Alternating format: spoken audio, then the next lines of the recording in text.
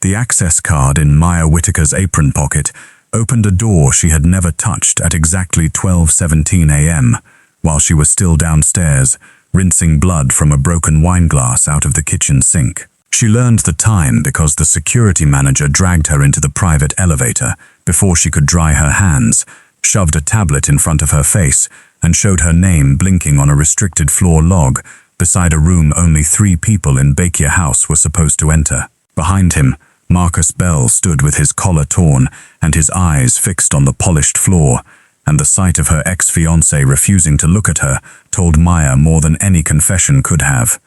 He had not come back to apologize for draining her savings, not to explain the wedding invitations he had let her aunt help address before he vanished, and not to return the dignity he had stolen on his way out. He had come back because someone more dangerous than him needed a woman to blame, and Marcus had always been gifted at offering Maya's name whenever his own began costing too much. Maya did not raise her voice when they accused her, because she had learned early that big black women over 150 kilograms were rarely allowed the luxury of anger without someone calling it evidence. She stood in her grease-stained uniform, her full-figured body aching from a double shift, and forced herself to listen, while the security manager explained that a handwritten debt ledger had vanished from Seo Jin-woo's private room. The missing item was not cash, jewelry, or narcotics, but a book of names and numbers kept by the Korean owner. Nobody called an owner unless they were new. To guests, Jin-woo ran a luxury dining club, backed by Busan investors and old family money. To staff who worked after midnight, he was the man whose drivers carried no visible weapons, because visible warnings were for amateurs. Maya had seen him only twice from a distance, calm and severe in dark suits, but she had heard enough kitchen whispers to understand that stealing from him was not ordinary theft. It was an invitation to disappear. Marcus finally spoke when the manager asked why Maya's card had been used, and his voice came out soft in the same way it used to when he wanted forgiveness, before admitting the size of the damage. "She knew the floor better than me," he said, still staring down. "She said no one would question her if she went up with linens." For 1 second, the elevator seemed to shrink around Maya's heartbeat, not because the lie surprised her, but because of how precisely it had been built. Marcus had chosen the one thing everyone already believed about her, that she was dependable, invisible, useful, always moving through service corridors with carts, towels, and quiet apologies for taking up space. She looked at the camera above the elevator doors and realized the trap had been made from pieces of her life. A borrowed badge, a blind hallway, a man's betrayal, and the assumption that nobody would stop long enough to ask whether a woman like her had any reason to risk everything for a book she had never seen. The private floor had none of the soft, expensive sounds the guests paid for downstairs, only the sealed hush of carpet, glass, and men who did not need to raise their voices. 2 Korean guards waited outside room 9, both wearing black coats over shoulder holsters they did not bother hiding, and Maya saw Marcus swallow when one of them searched him hard enough to make him wince. Inside, the dining room looked untouched except for an open wall safe and a narrow strip of red paper caught beneath the corner of the rug. Seo Jin-woo stood near the window with his hands behind his back, 41 or 42, composed in a way that made every other man in the room seem unfinished. He did not look at Maya first. He looked at Marcus, then at the security manager, then at the wet cuffs of Maya's sleeves, and something almost too small to name shifted in his expression. "You accused a kitchen coordinator of opening my private room while her hands were in dishwater," Jin-woo said, his English quiet enough that everyone leaned toward it without meaning to. The security manager stammered that the log was clear, the card was hers, and the service hallway camera had gone dark for 6 minutes. Jin-woo turned slightly toward Marcus, and Maya watched Marcus fold before anyone touched him. "Where is the ledger?" Jin-woo asked. Marcus shook his head too fast and said, "I don't know. She told me she had a buyer." Maya stepped toward him before the guards could stop her, not to strike him, though every betrayed part of her wanted to, but to get close enough to smell the truth. Marcus smelled like rain, cheap mint, and sesame oil from the staff dumplings he had eaten downstairs less than an hour earlier, which meant he had been inside the employee break room after her shift had started. "You used my locker," Maya said, and when Marcus blinked once, she knew she had found the crack. "My spare apron was in there, the one with the old badge clip. You took it because you still remembered my combination." Jinwoo's eyes moved to her then, sharp and measuring, but Maya did not waste breath asking him to believe her. She pointed toward the red paper under the rug. "That came from kitchen dry storage seals. We use it on imported liquor crates so managers know if staff opened them. Marcus always tears tape crooked with his left thumb because he broke it in college and never fixed it right. Check the strip. If it has a bent thumbprint in chili oil, it came from him after he ate downstairs." The room held its breath in the practical, ugly way rooms do when a lie begins losing pieces. One of Jinwoo's men lifted the strip with tweezers, examined it beneath the light, and looked back at his boss without speaking.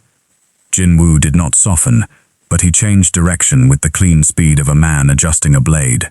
"Take Mr. Bell downstairs and keep him breathing." Marcus panicked then, lunging toward Maya, as if the woman he had ruined still owed him rescue. "Maya, listen to me. They said they only needed your access. They said it was old numbers, nothing real." The confession spilled too late and too loudly, and every man in the room heard what Marcus had failed to hide.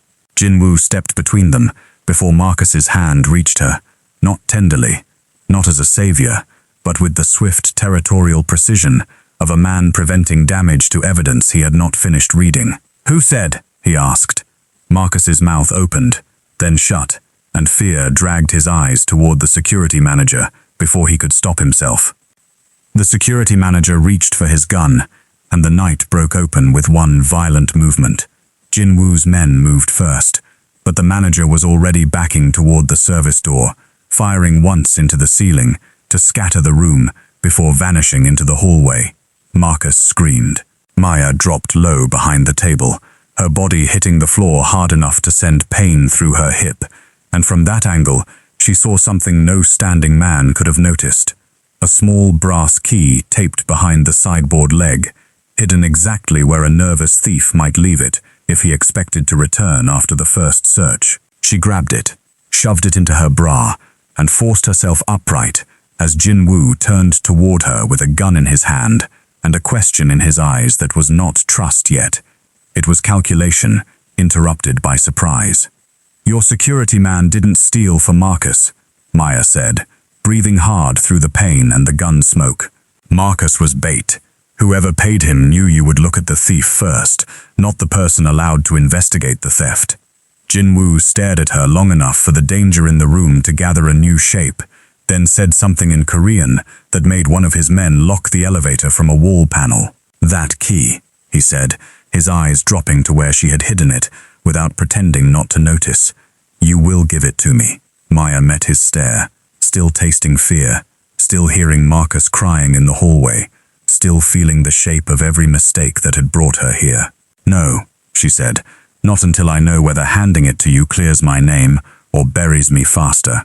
Jinwoo's mouth hardened, and outside the locked door, footsteps began gathering in numbers too organized to belong to police.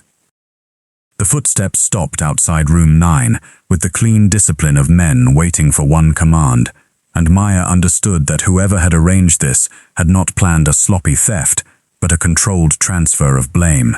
Jinwoo's men took positions without asking, one at the service door and one near the open safe, while Marcus was dragged back inside with his hands zip-tied and his face slick with panic. The security manager had vanished down the staff passage, but he had left behind the kind of silence that meant more people were moving around them than they could see.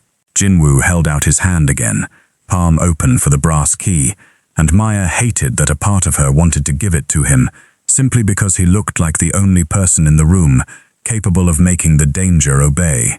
Wanting safety from a dangerous man was still wanting danger, just with better manners.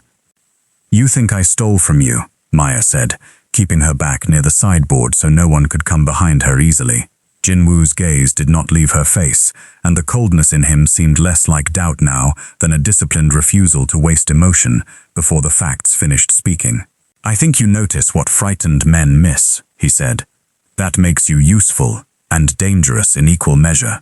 The answer should not have steadied her, but it did, because he did not insult her with comfort or pretend trust could appear, because the room had become inconvenient. Marcus started begging then, offering half confessions in pieces, saying the manager had promised his gambling debt would disappear if he borrowed Maya's spare badge and opened one door for 6 minutes.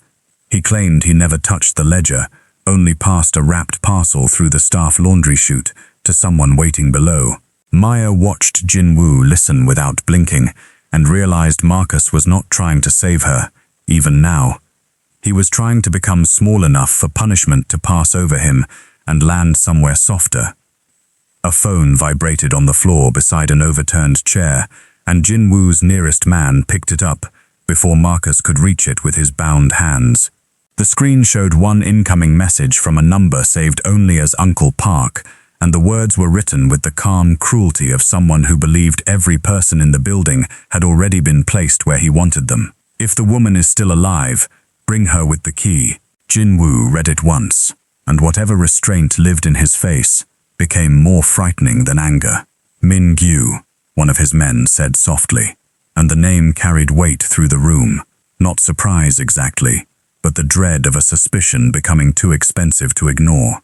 Maya remembered seeing an older Korean man in the club twice before, always smiling at staff with the careless warmth of someone who owned people's fear second-hand.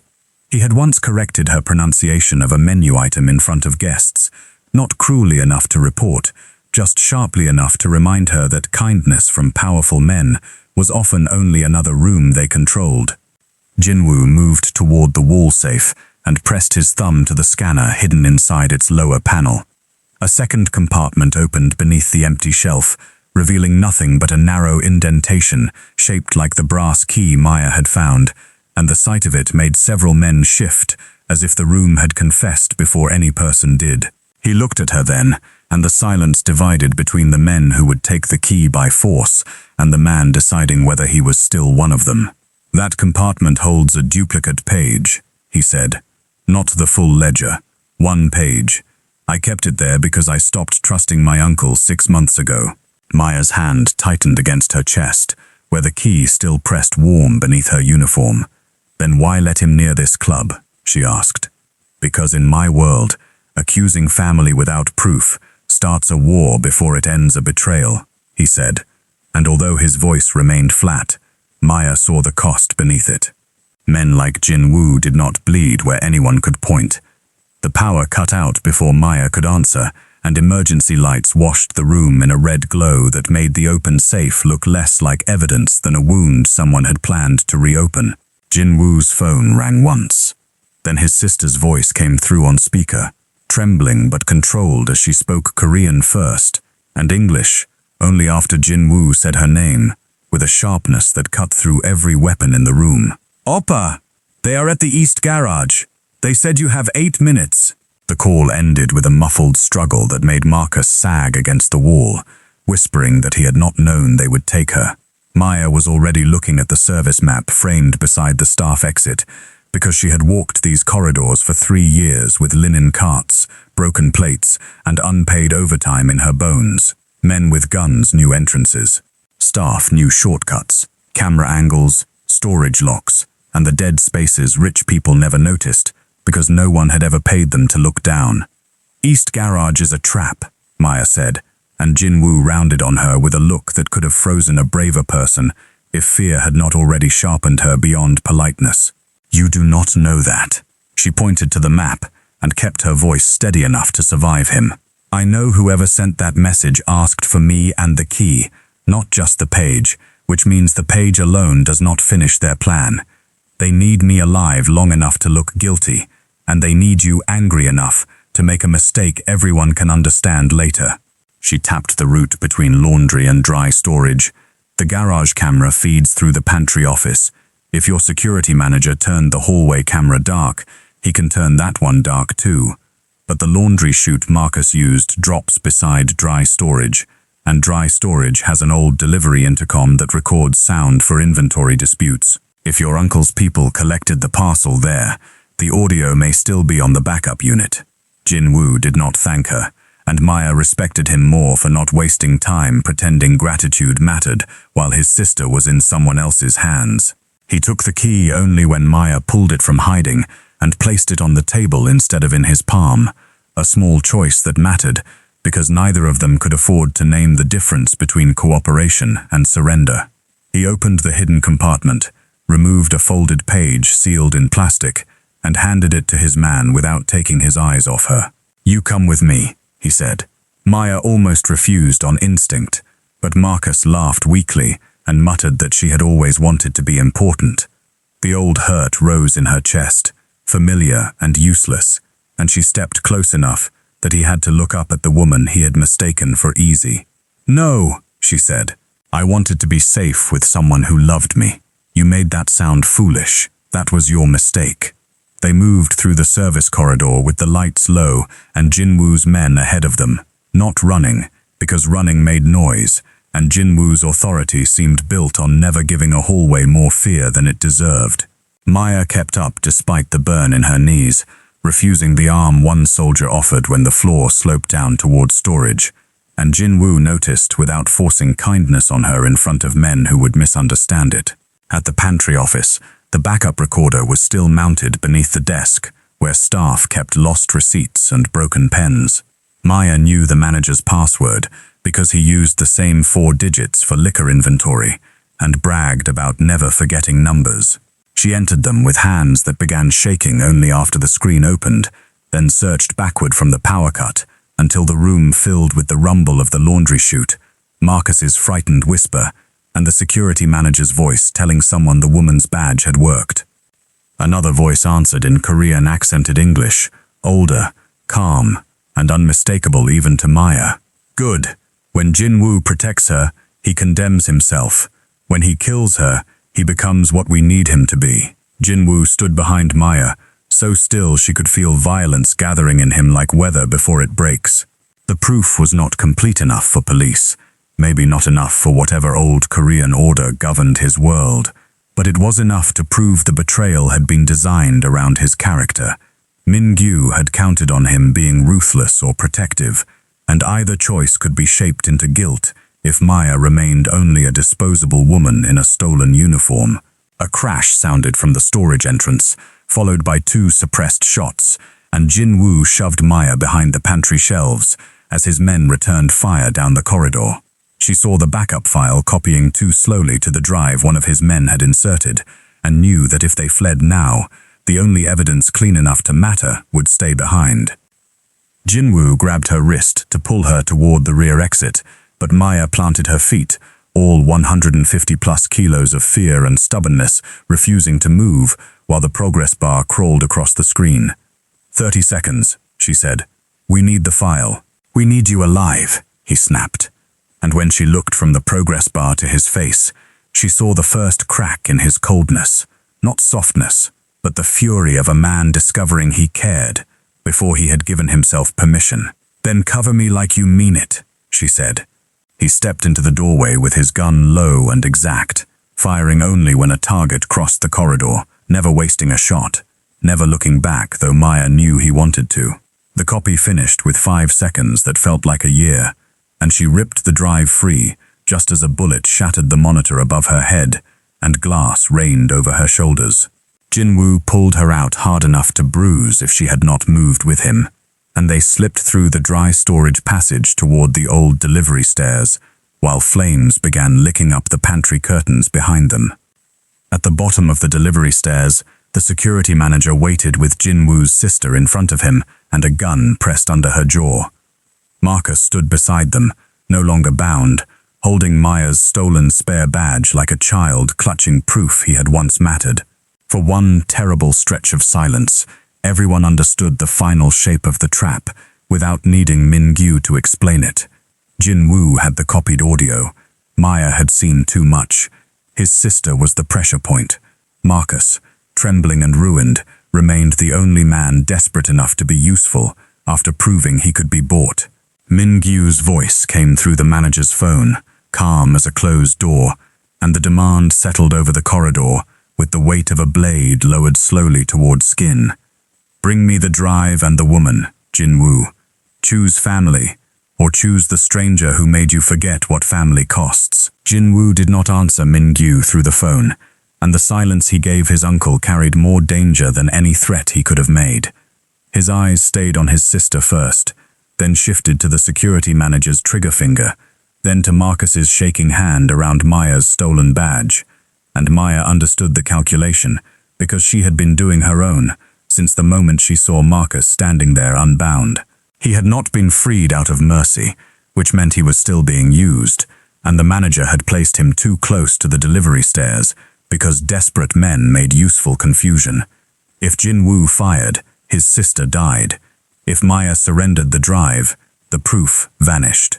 If nobody moved, Min-gyu's men would close the corridor behind them and turn the entire scene into whatever story had already been prepared upstairs. The little drive burned inside Maya's fist like a coal, holding the first truth anyone had managed to steal back from the night. Maya looked at Marcus, really looked at him, past the sweat and fear and pretty wreckage of the man she had once trusted with grocery money, hospital forms, and the stupid tenderness of future plans. "He's going to kill you after this," she said, not loudly, not cruelly, but clearly enough for the words to reach the part of him still hoping cowardice came with a reward. The security manager tightened his grip on Jin-woo's sister, but Marcus's eyes flicked toward him with a doubt he could not hide. "No, he said I walk," Marcus whispered. Maya stepped forward half a pace, making Jin-woo's nearest soldier tense behind her, and let every ounce of history between her and Marcus sharpen her voice without turning it into rage. "You stole my badge because you knew my locker code. You framed me because you knew people would believe I needed money. You ran because you knew I would hesitate before letting you die. Tell me one thing he knows about you that makes you worth keeping alive." That landed where bullets had not. Marcus's mouth parted, and the badge in his hand dipped just enough for the security manager to curse at him to stay still. In that instant, Jin-woo moved, without giving Min-gyu the violent choice he had designed the trap to demand. He lowered his gun and set it on the floor with deliberate care, hands visible, surrendering the image of power while keeping the substance of it hidden in the men already moving through the service dark behind the manager. Maya saw the choice and trusted it before she had time to admire it. She stepped toward Marcus, holding out the drive as if she had finally accepted the bargain. "Take it then," she said. "Earn your walk." Marcus reached with the stolen badge still in his other hand, and Maya caught his wrist the way she had caught falling stockpots in kitchens for years, not delicately or theatrically, but with the full force of a woman who understood leverage better than men who had mistaken her body for weakness. She twisted his arm across his own chest and drove him backward into the security manager's side, turning Marcus's panic into weight exactly where the gunman needed balance. The weapon jerked away from Jin-woo's sister's jaw as a shot tore into the concrete ceiling, loud enough to rip sound from the corridor. Jin-woo's men struck from the delivery passage at the same moment, one dragging his sister down and covering her with his body, the other pinning the manager's weapon hand against the wall before another shot could find flesh. Maya went down with Marcus beneath her, pain tearing through her knee and hip, but she kept the drive closed in her fist and held him there until plastic restraints snapped around his wrists again. When she looked up, Jin-woo's sister was alive, pressed against her brother's chest for one breath, before he handed her to a soldier and turned back to the unfinished war. He did not touch Maya immediately. He stepped between her and the corridor first, and that restraint landed deeper than any embrace could have.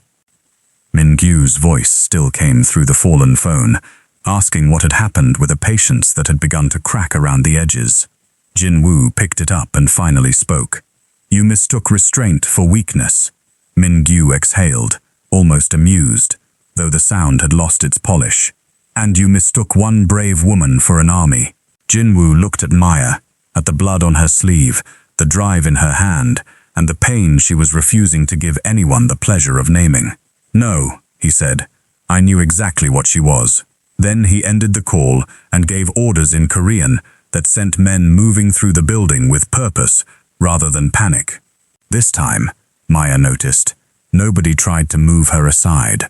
One soldier helped her stand only after she reached for the wall, and Jin-woo waited until she was steady before asking for the drive with his palm open, the same gesture as before, but with an entirely different meaning between them. They did not pretend the night could be solved by one confession in a dark hallway, and Jin-woo did not call some mysterious counsel from the shadows like betrayal could be settled by men whispering around a polished table. He did something colder and more believable. Before Min-gyu could bury any single piece of proof, Jin-woo sent the audio file, the access logs, the duplicate ledger page, and the payment trail from Marcus's gambling account to 3 separate places: his senior captains, a federal attorney whose office had already been investigating port laundering, and 2 Busan partners whose shipping codes appeared on the stolen page without their permission.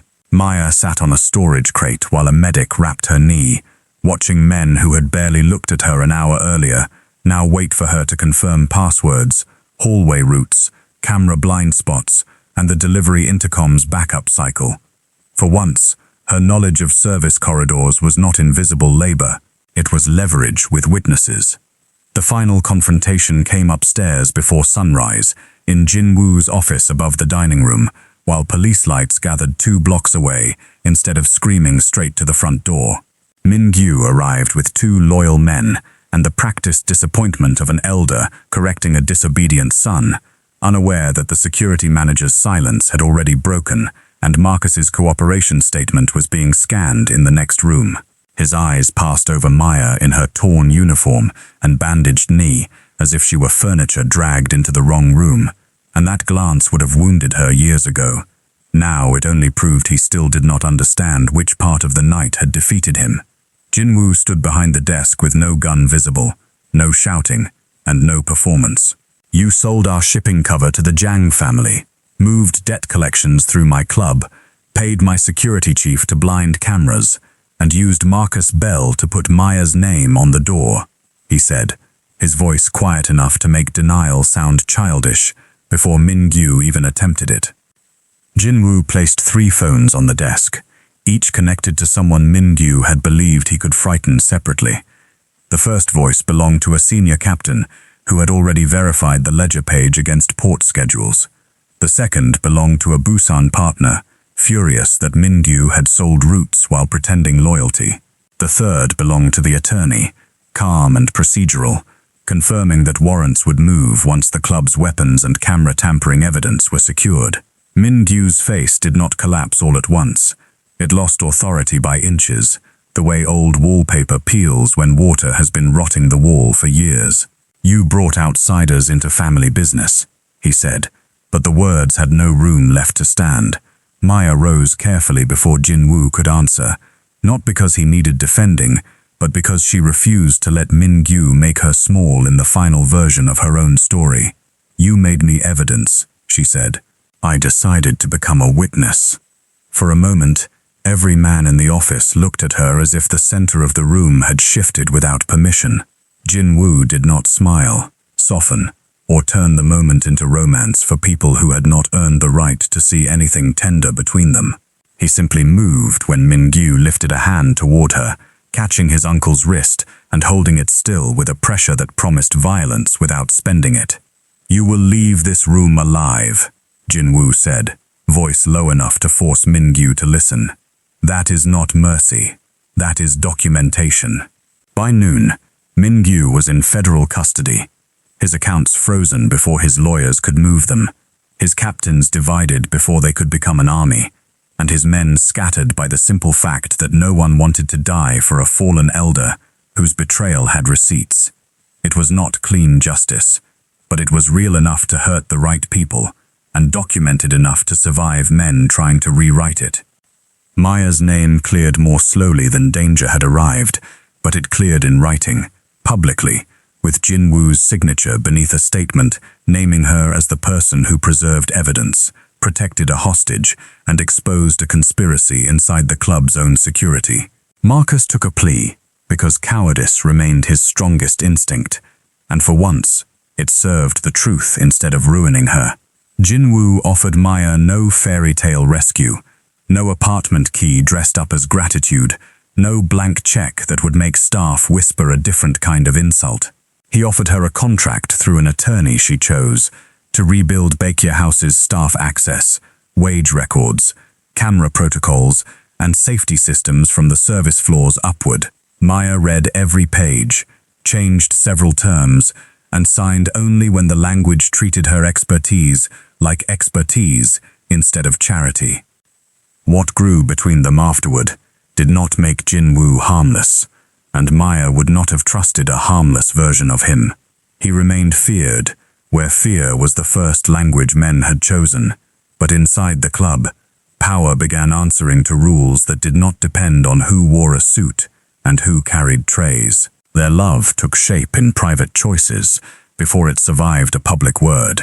In the way he waited for her assessment before moving men through corridors she knew better, in the way she stopped assuming every offer carried a hidden chain, and in the way his hand would pause near hers until she chose whether to meet it.